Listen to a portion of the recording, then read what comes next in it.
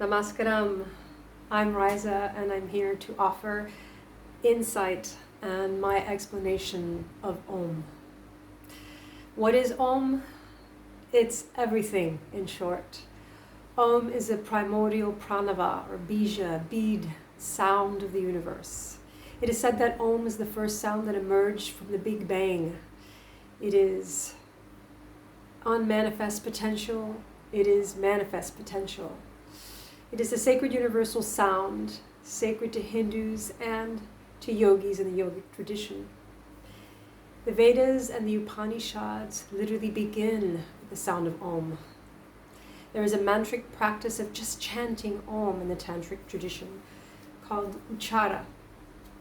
And so it could be pronounced many ways and sound differently depending on the tradition, but we will use the most common tradition and sound for Om, which is pronounced A-U-M. Even though mostly we see it written O-M, it actually has 4 parts. So the first part is A. Ah, that's Brahma, birth, the source creator, the creation, the beginnings of everything. And then we have Om, the U sound, which corresponds to the Hindu god Vishnu, the sustainer of life, our protector. And then we have the the M sound of Shiva, the destroyer, who's constantly destroying and helping rebuild the universe and is the master of the cycles of life. And then fourth, we have silence.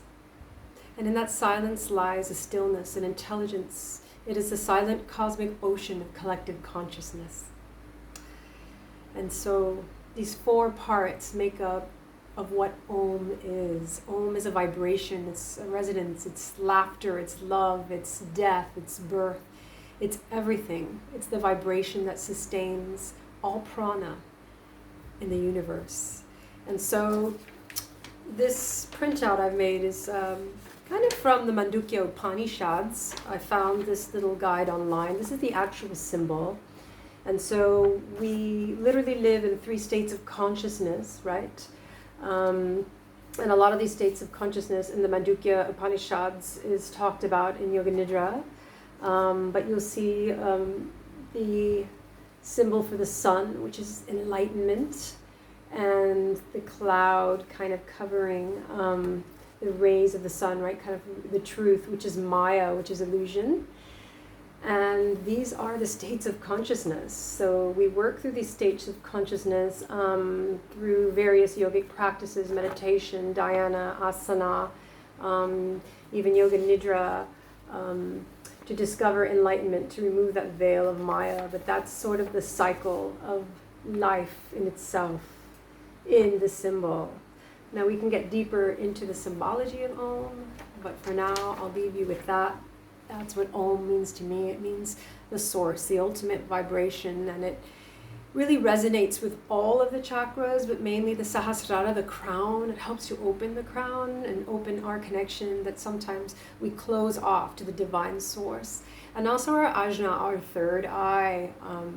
With this vibration, we can see through the Maya, see through our own illusion, remove the veils and see life clearly. And also it resonates beautifully in the throat, so we can speak that truth, so we can communicate, open lines of communication. Also in the heart, Om is pure love, manifest and unmanifest.